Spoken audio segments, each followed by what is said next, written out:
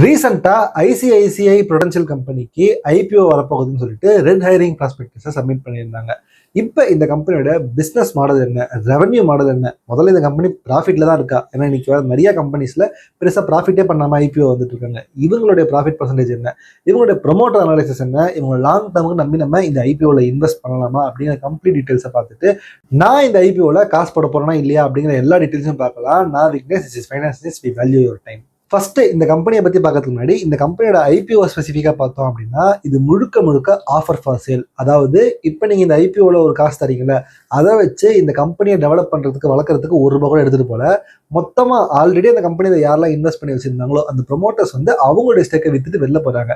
இது ஒரு ஐபிஓக்கு நல்லதான்னு பாத்தீங்கன்னா கிடையாது. ஏன்னா நீங்க கொடுக்குற காசை வச்சு அவங்க பிசினஸ் டெவலப் பண்றதுக்கு ₹1 கூட செலவு பண்ணல. இன்ஃபேக்ட் ஆல்ரெடி இன்வெஸ்ட் பண்ணவங்க வெளில போறாங்கிறப்ப உங்களுக்கு ஷேர்ஸ் வருது, அவங்களுக்கு ரிஸ்க் குறையுது. ஸோ அவங்களுக்கு தான் அட்வான்டேஜ் தவிர உங்களுக்கு ரிஸ்க் கிடையாது. ஸோ எடுத்த உடனேயே இந்த விஷயத்த நான் நெகட்டிவ் ஃபிளாக தான் பார்க்குறேன். ஆனால் இந்த கம்பெனியோட இண்டஸ்ட்ரி என்ன அப்படின்னு பார்த்தோம்னா ஏஎம்சி, அதாவது mutual fund industry, asset management கம்பெனிஸ்னு சொல்லுவாங்க. இன்னைக்கு டேட்டுக்கு இந்த மியூச்சுவல் ஃபண்டுங்கிற வார்த்தையை ஒரு ஃபேன்சி டேர்மா ஃபினான்ஸ்ல மாத்திட்டாங்க. என்கிட்ட வந்து நிறைய பிகினர்ஸ் என்ன கேட்பாங்க அப்படின்னா, நான் மியூச்சுவல் ஃபண்ட்ல போடுறேன் ஆனால் ஸ்டாக்ஸ்ல போட மாட்டேன், ஏன்னா ஸ்டாக்ஸ்ல எனக்கு ரிஸ்க் இருக்கு, மியூச்சுவல் ஃபண்ட்ல போட்டால் எனக்கு ரிஸ்கே கிடையாதுங்கிறாங்க. எப்படி ரிஸ்க் கிடையாதுன்னு கேட்டால் அதுல லாஸே வராது, அது எஃப்டி மாதிரி நிறைய ரிட்டர்ன்ஸ் தருதுங்கிறாங்க. ஸோ மியூச்சுவல் ஃபண்ட்னா என்னன்னே தெரியாம நிறைய பேர் இந்த மியூச்சுவல் ஃபண்ட்ல இன்வெஸ்ட் பண்ணிட்டு இருக்காங்க. ஸோ ஒரு இன்வெஸ்டரா இது தப்பான விஷயமா இருந்தாலும் ஒரு பிசினஸா பார்க்கும்போது அந்த ஏஎம்சி கம்பெனிக்கு இது ரொம்பவே பெரிய லாபமாக தான் போய் முடியும்.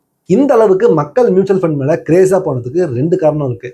முதல் காரணம் மியூச்சுவல் ஃபண்ட் செய்யன்னு சொல்லிட்டு நம்ம ஃபுல்லாவே ஆட் போட்டு ஒரு பெரிய ப்ரொமோஷன் பண்ணி இந்த மியூச்சுவல் ஃபண்டை ரொம்பவே ஃபேன்சி ஆக்கிட்டோம். ஆனா இதை விட முக்கியமான காரணம் என்னன்னு பாத்தீங்கன்னா, பிக்சட் டெபாசிட்ல எந்த பெரிய இன்ட்ரெஸ்ட் ரேட்டும் லாஸ்ட் ஃபியூ இயர்ஸா கிடைக்கிறது இல்லை. ஆனா நான் இதை முழுசா தப்புன்னு சொல்ல மாட்டேன். ஏன்னா எந்த அளவுக்கு ஒரு கண்ட்ரி டெவலப் ஆகுதோ அதே அளவுக்கு அந்த கண்ட்ரில இருக்கக்கூடிய பேங்க்ஸோட இன்ட்ரெஸ்ட் கம்மியா தான் கிடைக்கும். ஏன்னா டெவலப்பிங் எக்கானமி ஆயிட்டு இருக்கோம்ல. ஸோ அப்ப இன்ட்ரெஸ்ட் இல்லாத நேரத்தில் ஆட்டோமேட்டிக்கா மக்கள் இன்வெஸ்ட்மெண்ட் நோக்கி தள்ளப்படுவாங்க. ஸோ ஆக்சுவலா இது நல்ல விஷயம் தான். மக்கள் சேவிங்ஸ்ல இருந்து இன்வெஸ்டிங் ஐடியாலஜிக்கு டர்ன் ஆகுறாங்க. ஸோ ஒரு 10 பேர் என்னன்னு தெரியாம இன்வெஸ்ட் பண்ணாலும் பாக்கி 90 பேர் இந்த மியூச்சுவல் ஃபண்டை பத்தி படிச்சு தெரிஞ்சுக்கிறாங்க. இது ஒரு சொசைட்டியா நல்லதுதான் செய்யுதுன்னு நான் நம்புறேன். ஆனா ஃபேக்ட் என்ன, இந்த இண்டஸ்ட்ரி ஒண்ணுமே ஒரு ஃபுல்லி க்ரோன் இண்டஸ்ட்ரியே கிடையாது. இதுக்கு ஒன்னும் ஆப்பர்ச்சுனிட்டிஸ் எக்கச்சக்கமா கொட்டி கிடக்குங்கிறது தான். புதுசா ஆளுங்க வர வர இந்த இண்டஸ்ட்ரி எக்ஸ்பேண்ட் ஆகிட்டே போக போகுதுங்கிறது இந்த கம்பெனிக்கு ஒரு பெரிய அட்வான்டேஜா போய் முடிஞ்சிருக்கு. 1 out of 5 ஃபேமிலிஸ் தான் இந்த மியூச்சுவல் ஃபண்ட்ஸ்ல இன்வெஸ்டே பண்ணிருக்காங்க. அப்போ ஒன்னும் 4 ஃபேமிலிக்கு இந்த மியூச்சுவல் ஃபண்ட் பத்தின நாலேஜோ இல்ல இன்வெஸ்ட்மெண்ட் ஐடியாஸோ போய் சேரல. அவங்களும் போய் சேர்ந்தாங்க அப்படின்னா இந்த இண்டஸ்ட்ரி ஒன்று எவ்வளவு பெருசா வளரும்னு யோசிச்சு பாருங்க. 5ல் 1 மடங்கு வந்ததுக்கே இவ்வளவு பெரிய இண்டஸ்ட்ரினா 5ல் ஒரு 3 மடங்கோ 4 மடங்கோ வந்துச்சுன்னா இந்த இண்டஸ்ட்ரி இந்தியாவோட டாப் இண்டஸ்ட்ரீஸ்ல ஒன்னா மாறதுக்கான சான்சஸ் ரொம்பவே அதிகமா இருக்கு. சரி, இப்போ இந்த கம்பெனியோட பிசினஸ் மாடல் என்ன அப்படின்னு பார்த்தோம்னா அசட் மேனேஜ்மெண்ட் கம்பெனி தான் இவங்க. ஸோ பேசிக்கா மக்கள் கிட்ட இருந்து காசு வாங்குறாங்க, அந்த காசை எடுத்துட்டு போயிட்டு ஏதாச்சும் ஒரு அசட்ல இன்வெஸ்ட் பண்றாங்க. அந்த அசட் வளர்ச்சி அடையும் போது அதுல ரிட்டர்ன்ஸ் அதிகமாக கிடைக்குது. அந்த ரிட்டர்ன்ஸ்ல ஒரு போர்ஷன் இவங்களுடைய ப்ராஃபிட் எடுத்துக்கிட்டு பாக்கி அந்த மக்களுக்கே தராங்க. இதுதான் பேசிக்கா இந்த பிசினஸ். இந்த பிசினஸ் மாடலை இன்னும் டீப்பா புரிஞ்சுக்கிறதுக்கு நமக்கு ஏயுஎம்னா என்னன்னு தெரிஞ்சுக்கணும். ஏயுஎம்னா அசட்ஸ் அண்டர் மேனேஜ்மெண்ட். அதாவது ஒரு பிசினஸும், இப்போ ஒரு ஃபண்ட் ஹவுஸ், இந்த ஐசிஐசிங்கிறது ஒரு ஃபண்ட் ஹவுஸ், ஹெச்டிஎஃப்சி இருக்காங்கன்னா அவங்க ஒரு ஃபண்ட் ஹவுஸ். ஸோ ஒரு ஃபண்ட் ஹவுஸும் எந்த அளவுக்கு அமௌண்ட் ஆஃப் கேஷை வந்து ஹேண்டில் பண்றாங்கிறது ஏற்ற மாதிரி அந்த கம்பெனியோட சைஸ் என்னங்கிறத நம்ம நிர்ணயிக்கலாம். ஸோ இந்த இடத்துல ஐசிஐசிஐ ப்ரூடென்ஷியலுக்கு 8.7 lakh crores of investments assets under மேனேஜ்மெண்ட்ல இருக்கு. இது அப்படியே நம்ம எஸ்பிஐ கூட கம்பேர் பண்ணி பார்த்தோம் அப்படின்னா அவங்க கிட்ட 11 lakh crores இருக்கு, இவங்களோட அதிகம்.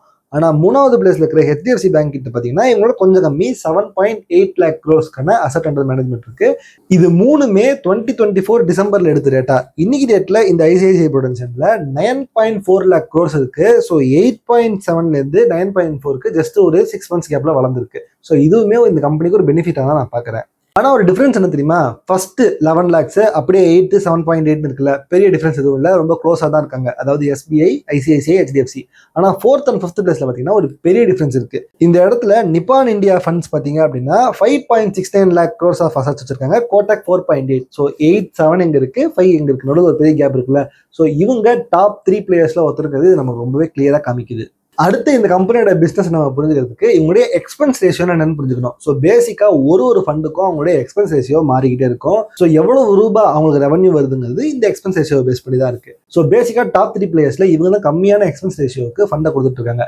அப்படிதான் இவங்களுடைய மார்ஜின் கம்மியா இருக்கலாம், ஆனா வால்யூம்ல இவங்களுக்கு அதிகமான வாய்ப்பு இருக்குங்கிறது நமக்கு புரியுது. முக்கியமான விஷயம், இவங்களுடைய காஸ்டிங் வந்தோம்னா அவங்களுடைய ஸ்டாஃப்ஸ்க்கு கொடுக்கக்கூடிய சேலரி, அது தவிர அந்த பில்டிங் நடத்துறதுக்கான காசு, இது 2 மட்டும் தான். இவங்களுக்கு வரக்கூடிய இன்கம்ஸ் ஜஸ்ட் டைரக்டா ஃப்ரீயா உங்களுக்கு காசு வர மாதிரி தான். ஏன்னா நீங்கள் ஒரு கிளைண்ட்டை ஒன்ஸ் பிடிச்சிட்டீங்க அப்படின்னா மாதம் அவர் உங்களுக்கு காசு தர போகிறாரு, நீங்கள் இன்வெஸ்ட் பண்ணி ரிட்டர்ன்ஸ் எடுத்து தர போகிறீங்க. ஸோ உங்களுக்கு ஈஸியாக கேஷ் வரதுக்கான ஒரு கேஷ் ஃப்ளோ மிஷினாக இந்த கம்பெனி ஒர்க் பண்ணிட்டு இருக்கு.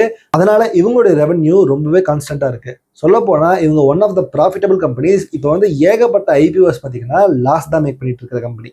இவங்க ப்ராஃபிட்டபிள் கம்பெனியாக தான் ஐபிஓ வராங்கனால இது நமக்கு ஒரு நல்ல சிக்னலை கொடுக்குது. இவங்க 5 crores நெட் ரெவன்யூவை ஆப்ரேஷன்ஸ் மூலமா எடுத்திருக்காங்க.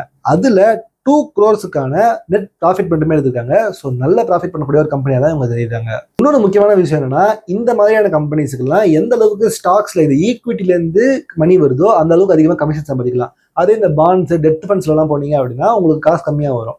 ஸோ அப்போ கமிஷனுக்கு ஏற்ற மாதிரி இவங்களுடைய மோஸ்ட் ஆஃப் த ஏஎம் பார்த்தீங்கன்னா 55% ஆஃப் ஏஎம் ஈக்விட்டி டிபெண்ட் பண்ணி தான் இருக்குங்கிறப்ப இவங்களுடைய ப்ராஃபிட்டுமே அதிகமாகிட்டு இருக்கு. இது ஒரு முக்கியமான காரணமாக இருக்குது. இவங்க கிட்ட இருக்கிற 80% of assets under management active mutual fund தான் இருக்குது. வெறும் 20% தான் பேசிவ், அதாவது இந்த நிஃப்டி நெக்ஸ்ட் 50 இதெல்லாம் இன்வெஸ்ட் பண்ணுறது. ஸோ அப்போ எந்த அளவுக்கு ஆக்டிவ் மியூச்சுவல் ஃபண்ட் இருக்கோ அந்த அளவுக்கு இவங்களுக்கு அதிகமான ப்ராஃபிட் வந்துட்டு இருக்குங்கிறது இன்னொரு ஆடட் அட்வான்டேஜாக பார்க்கணும். அப்போ எல்லாமே நல்லா இருக்கு, எந்த பிரச்சனையுமே இல்லைன்னு கேட்டிங்கன்னா, இப்போ நான் சொல்ல போகிற லிஸ்ட் ஆஃப் பிரச்சனைகள்லாம் பார்த்துட்டு அதுக்கப்புறமா இந்த ஐபிஓவில் இன்வெஸ்ட் பண்ணுறத பற்றி டிசைட் பண்ணிக்கோங்க. முதல் பிரச்சனை என்னன்னு பார்த்தீங்கன்னா, இவங்களுடைய காம்படிட்டர்ஸ்லேருந்து நம்ம ஆரம்பிக்கலாம். SBI government company. ஸோ கவர்மெண்ட்லேருந்து ஃப்ரீ கேஷ் ஃப்ளோ அவங்களுக்கு வந்துகிட்டே இருக்கு. ரெண்டாவது காம்படிட்டர் ஹெச்டிஎஃப்சி ஏஎம்சி. இவங்க கிட்ட இருக்கிற ஒரு அட்வான்டேஜ் என்னன்னா, இவங்க மற்றவங்களோட அதிகமான காசு சார்ஜ் பண்ணுறாங்க. ஃபீஸ் சார்ஜ் பண்ணுறதா இருக்கட்டும், எக்ஸ்பென்ஸ் ரேஷியோவாக இருக்கட்டும், ஸ்டில் கஸ்டமர்ஸ் இவங்க கிட்ட வராங்க.